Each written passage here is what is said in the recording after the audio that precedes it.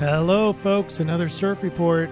June 4th to June 10th, we have a lunar eclipse and a mega T-square. And I'm betting you guys are ready for just calm and some energy that isn't so conflicted. Well, unfortunately, I don't have that for you. It's still going to be very chaotic according to all the different types of technologies that we're going to be looking at, and especially where the collective unconscious is. But at the end of this video, I do have a solution coming from the triangulation of the other technologies that we're using for what we call the solution is how to best orchestrate your behaviors in accordance with what energies are available. So I'm going to show you what the human battery is. That's the spoiler alert. Save it to the end.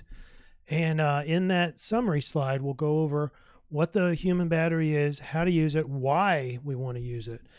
So here's the summary slide itself. This is the influence, remember. And the astrology is, I should have made a much bigger purple circle here, but it's huge. There's a lot of energies. Lunar eclipse, full moon in Sag. There's multiple T-squares at the same time. We have quadruple retrogrades that we've had previously. And then all the conflict coming from Venus conjunct Sun square to Mars. We'll get into that. So that's all included. We call that, in the astrology, we call it the grand arousal. And then we move over to the Dreambot. We're going to see how it's like war, but victory is also there. Can't wait to show you guys that one. And by the way, the from, I believe it was 2 weeks ago, I think it was May 13th, it was a false flag alert, and it was talking about crowds and killing and all that. I think it was spot on. It would be much better if we can, have more detail, obviously, but that was a direct hit. So anyway, yay for the Dreambot. That's the collective unconscious. Then the I-Ching is hexagram 16. It's called enthusiasm. And so overall, it's a direct hit inside. Now we have the Dreambot and the I-Ching a little bit, separate, because the Dreambot has both sides. It has the oppression in it, which is not the enthusiasm, but it definitely has the win and victory in it. And that's why those are a little bit separated by about half of that Dreambot. So anyway, congruency score pretty high, 85. And let's go ahead and get started as soon as we can. We'll start with the Dreambot after this.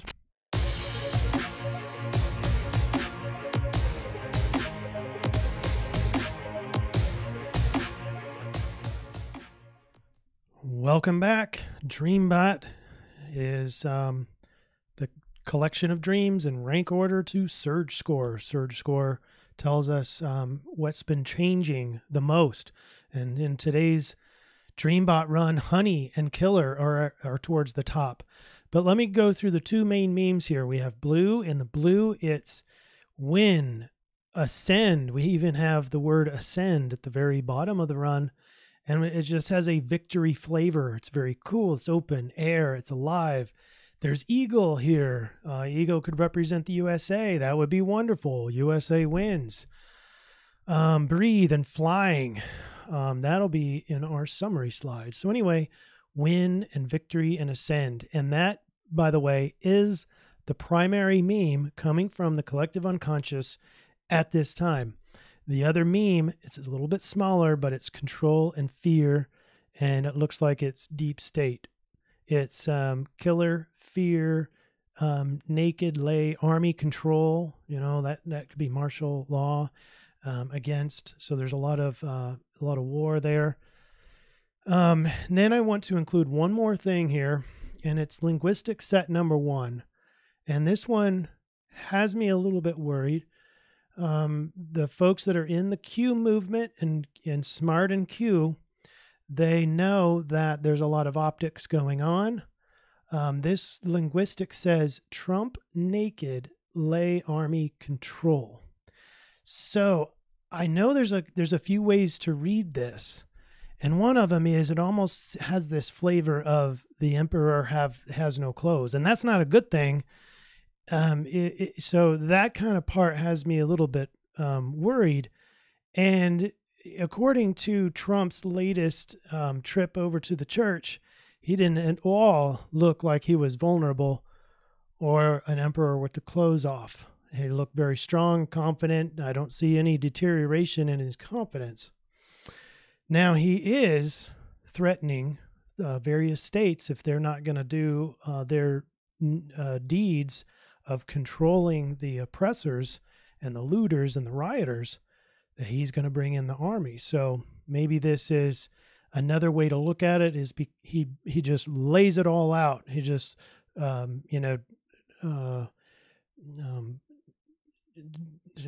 can't remember the term, but anyway, just throws it all out there and lays the army in control. Now, if the Q movement isn't real and we're being had, then this is martial law and actually goes back to the deep state. So, hopefully this whole Q thing is real. And sorry for doubting for those of you who are Q enthusiasts. So trust the plan, apparently, hopefully. And that victory should help that Q movement, all right? Now, let's talk about the astrology. Oh, man. We got no big changes up here towards the top. And while I'm getting my pointer focus out, so there's no transitioning signs or any new retrogrades. We still have the 4 retrogrades, and so things are sluggish. Things are kind of repeats of the past or reviews and that kind of thing. But this one seems to be the biggest influence that is going to stay with us for the next week, and then start to whittle away and start to go back into nothing starting in 2 weeks. But this is the Sun square Mars. This is where a bunch of the conflict is. This is where the martyr is. And if you look at the biggest martyr of all, might be George Floyd, maybe. But you got a lot of other people who are fighting for a cause, and that's that Mars in Pisces, which is fighting for an ideal, fighting for some sort of spiritual orientation, or very convicted about something and self-defeating in a way. And you see that all everywhere right now, the self-defeating behaviors from a lot of people. So the energy is definitely there. But then you've got an opportunity with Mercury and Uranus, so change with an opportunity. And the things that we're not going to really talk about when we go day to day are all the sesquisquares. And these are the ones that get agitated. So at first you have Venus agitated by Jupiter. So it's like almost harmony is agitated by positivity, too much Jupiter positivity, if you will. If you look at it in a money term, money gets, maybe too positive of an orientation to money, maybe overspending, that possibility. Then you got the Sun sesquisquare Saturn, and that's where the ego now is agitated by laws, and that just feeds into more of this fire. This isn't looking good, is it? It's already, we haven't even gone to the day-by-day charts. I'm getting all these smaller alignments done. Then there's Venus sesquisquare Pluto. This is the transformation, and so transforming is starting to agitate. And then you've got a square, Sun and Neptune. That starts later on in the week. All right, enough with that. It's not all that great, as you can tell. And so, but we're still into this kind of arousal. We're headed towards, like I said in the summary slide, hopefully a climax of conflict. Now, these words that we're using, I don't want you to be thinking in like sexual terms, but it is interesting how you're going to see in the Rave Mandala how not climax, but arousal, tantric, that sort of sacral circuit is indicated in the Rave Mandala. So just a heads up for later, but it's not intending to be the sexual nature of this, but the energy is getting aroused. Aroused from what? Aroused from last week? Yeah, that's what I'm saying. I'm saying that we're hopefully heading into a climax where whatever happens this next week, hopefully will be the peak of that energy. Gosh, I hope so. All right. So Thursday, this is all the basic core energies that are going to be here for the entire week. You've got Sun square Mars. We've already talked at length about that each one of these recent weeks. You've got Venus square Mars. We've talked about that last week. This is an increase in passion. This is an almost a saturation, if you will, in disharmony. It can be too much of a good thing as well. And it's just, it's very chaotic energy. And you've got Mercury trine Mars. So it's easy to think about war. It's easy to think about protecting oneself. That could be indicated by a Cancer Mercury, which is all about kind of protection and thinking about home and that kind of thing. And so you're thinking about protecting yourself in a fight. It's easy. It's easy. Not that it's easy to protect yourself, but it's easy to want to think about protecting yourself. And then there's that opportunity with Mercury.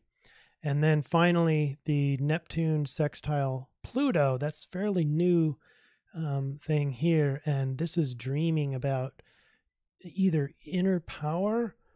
Pluto is the inner power, but it's also the death and rebirth. And so, man, this is an opportunity to really dream big on that. And anyway, so all those energies are going to be there the entire week. But look at Friday the 5th.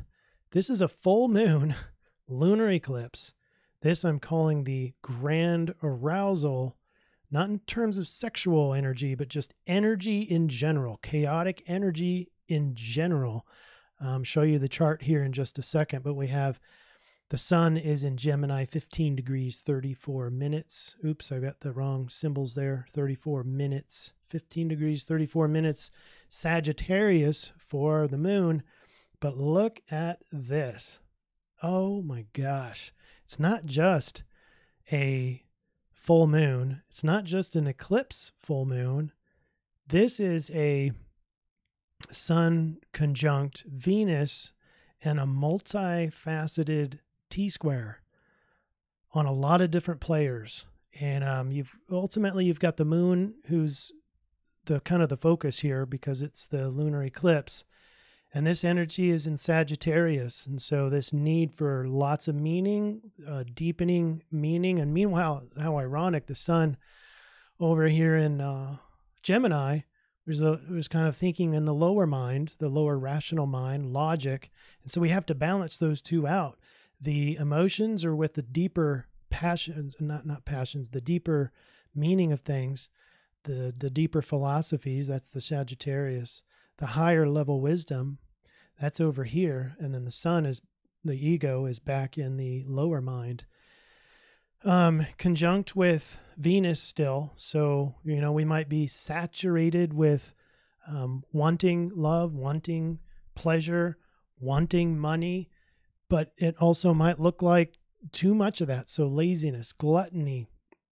It could also include carelessness with money. But the trap, whenever we look at a T-square, we think of kind of a trap. It's an energy. So once you get anywhere in this triangle, you're kind of trapped in the triangle. And one of those corners is Mars. We've already talked about what that does with both the sun and Venus. It's a fuel to the fire. It's a pressure cooker. And then you've also got Mars square moon. So moon wants deeper meaning, but it's pressured with having to do something and fight for something. And so and around we go. We have tempers flaring. We have love and hate with this moon aspect, a square, and then pressure to fight. The obstacles that are formed from the squares. There's two squares. You got the moon square, Neptune as well. Now you also have the part of fortune. That's an automatic for a full moon. Full moon's always going to be on this descendant. But man, just in general, just think of all the, plus or minus 24 hours of Friday at 2:11 p.m., depending on where you are in the world. This is Central Time.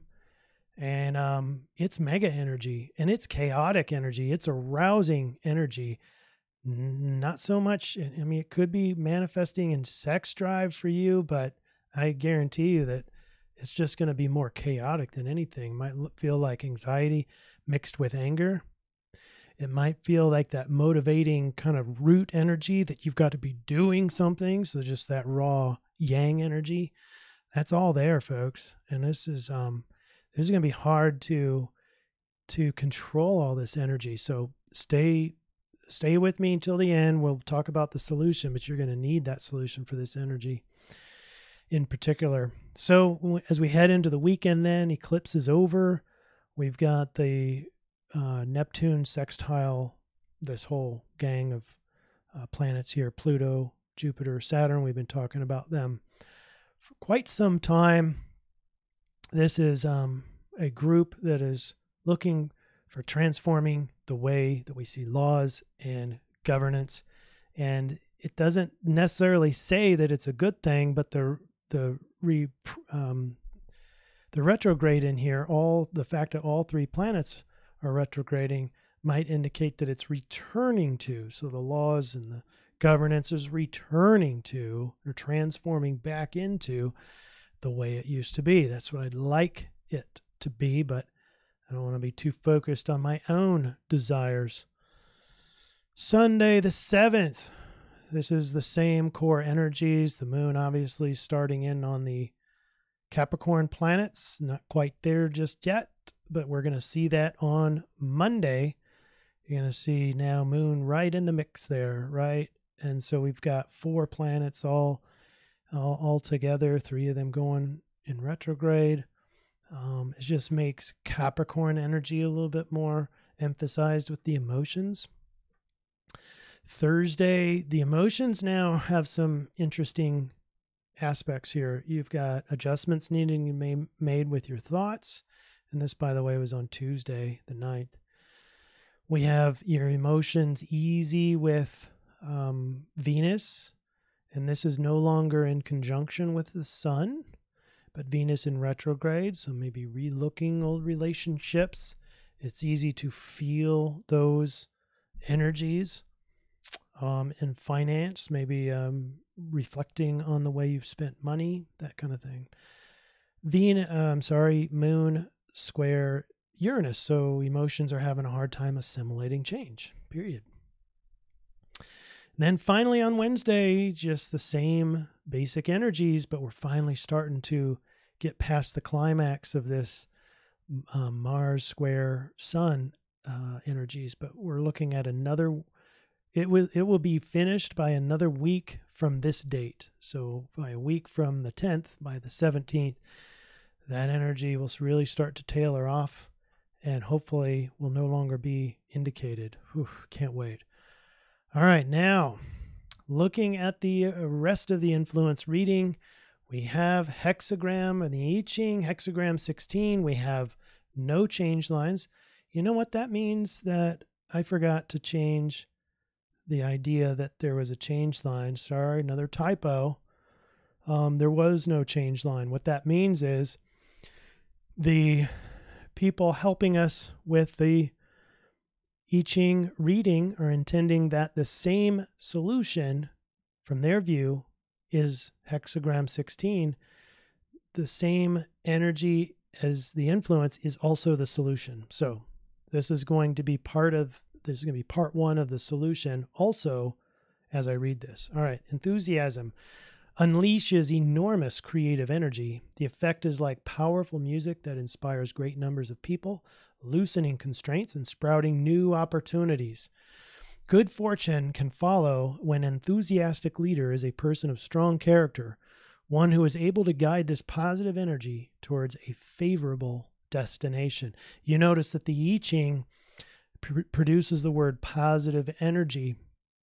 I think maybe some astrologists would disagree in terms of what the astrology energy may not be positive per se, but how about just added energy? I think this is probably a better summary there. And who is not in awe of thunder? Who would fail to fill his or her lungs with refreshing air in the aftermath of a cleansing rain? That is interesting that this is inscribed here in both our solution and the influence, because I can't breathe has been a source of protesting and rioting and etc. But also the face masks that everyone's wearing is prohibiting them from breathing correctly. And who is not in awe of thunder? Who would fail to fill his or her lungs with refreshing air in the aftermath of a cleansing rain? Maybe the universe is stating that part of the solution here, a microcosm of the solution, is just to breathe properly this week. And I'll show you. We'll get to the solution here in a second, or the triangulation at least. Arouse the passionate support of others while adjusting your ideas and plans to suit their needs. In this way, you can fill your sails with the mighty wind of popular support. To arouse others, redouble your dedication and dare to create an environment that is free of tension. It's hard to do, isn't it, folks? Is getting accused of being crazy for these, for having ideas such as what Q proposes.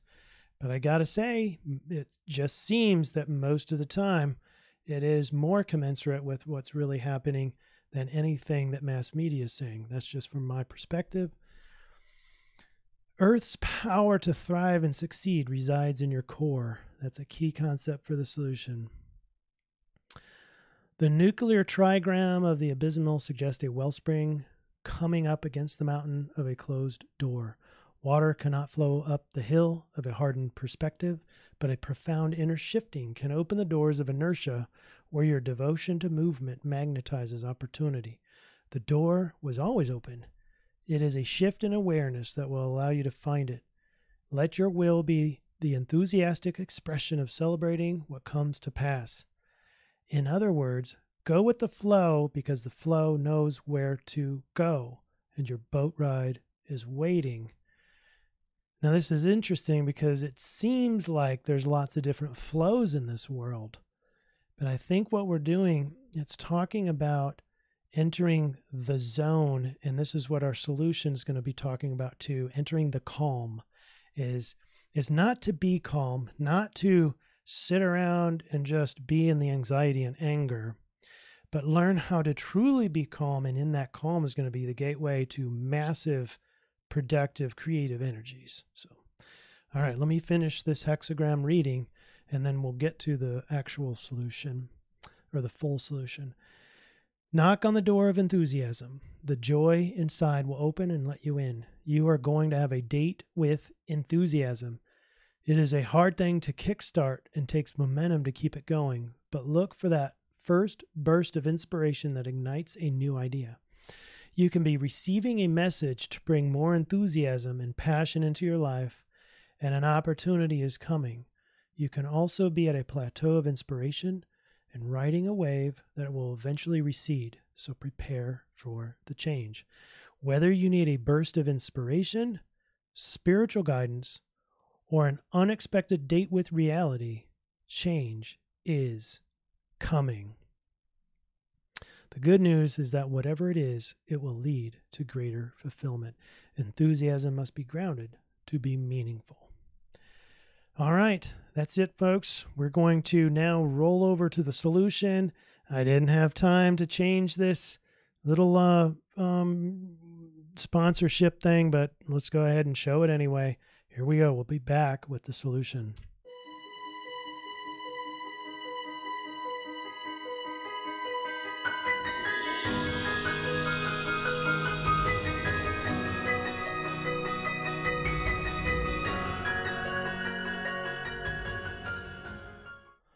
All right, go to intervention.com for psychotherapy, life coaching, holistic healing, etc.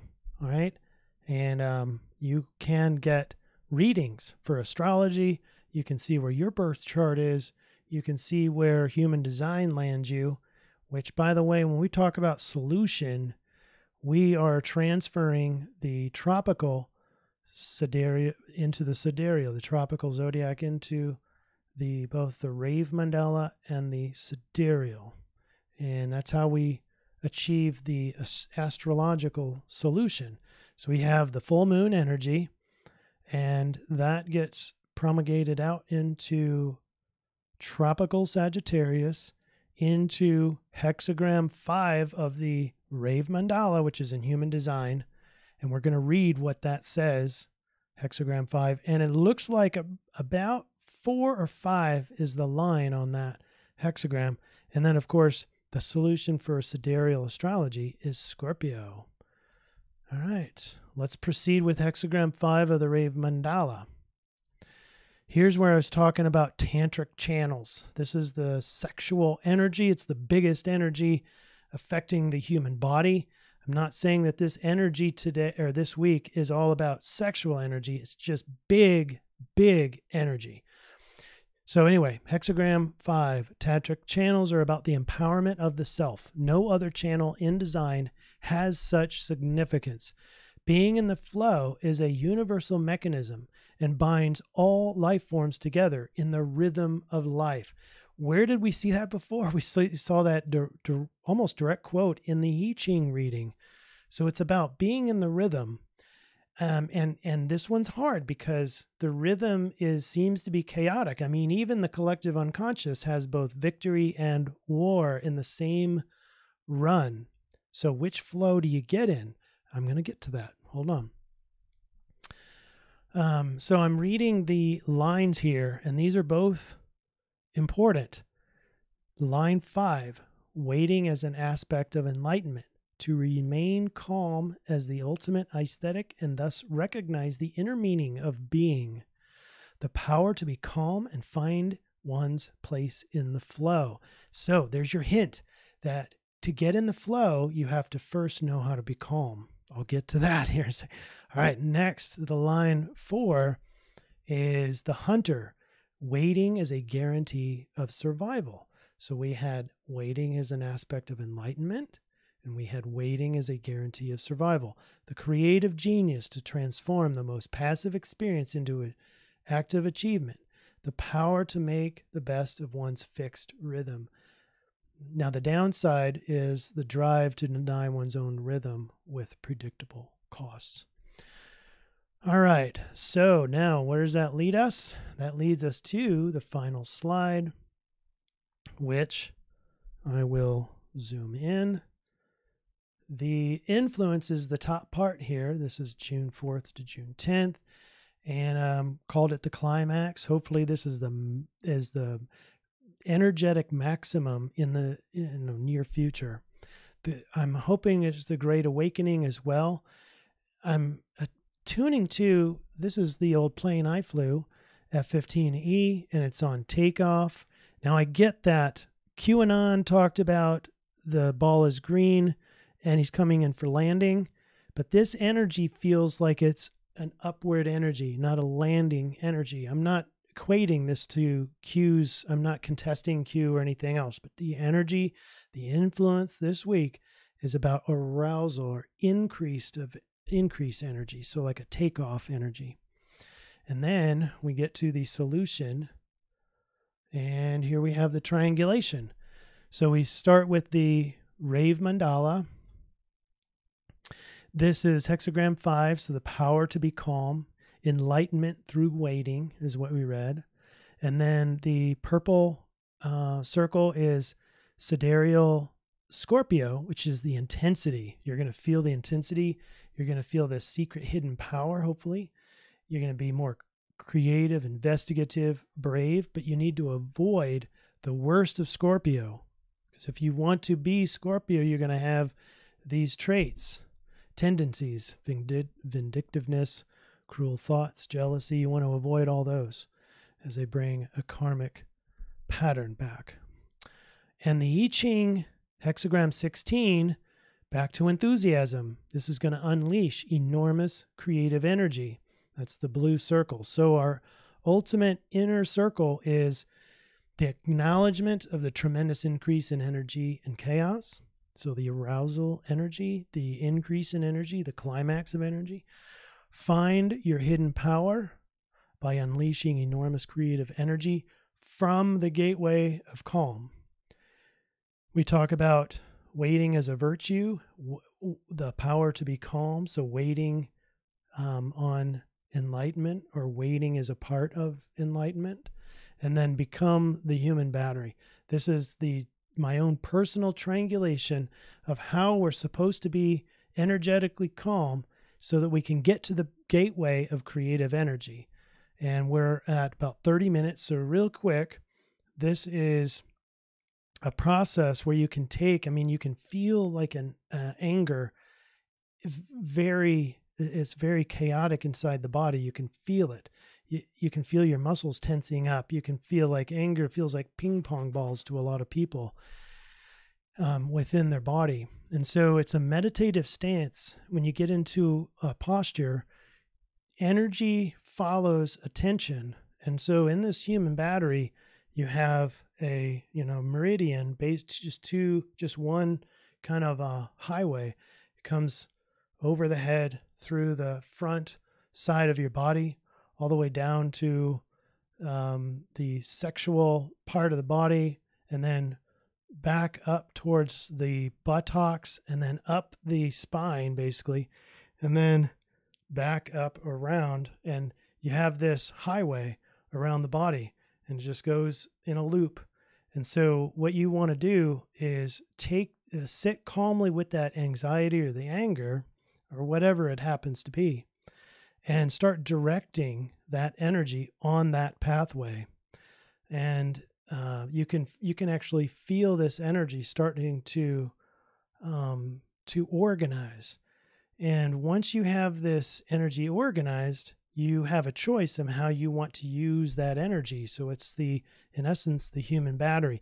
Most of the time when we get anxious and angry and you have this chaotic energy, we tend to get rid of that energy by slamming doors or yelling or going to some sort of escapism kind of thing to get rid of it. And rarely does it work. But in this case, we can get to the calm of that hurricane or that storm within us.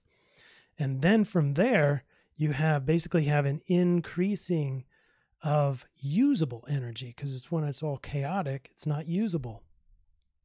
And so you have to sit for a few minutes and get that emotional energy on you can call it the highway, if you will, the single highway that's going around your body. And once it feels organized, you're in that calm. And now you can use that energy for whatever you want. Or what should happen is insights should be manifesting from the deeper Jupiter aspect of the mind, the deeper wisdom, the creative aspect of Neptune, even with that opportunity, that sextile that we had in there. So anyway, hopefully that made sense. I can do another more extensive video if necessary, but use that human battery and get to the calm so you can unleash an enormous creative change, at least in your life, if not in human life. We need positive change. All right, guys and gals, let me know if you got any questions. And let me do one final thing, which is to give you this chart in closing. So go to interzention.com to get your help through this troubling time. And we will see you in the next CIRF report. Thanks, everybody.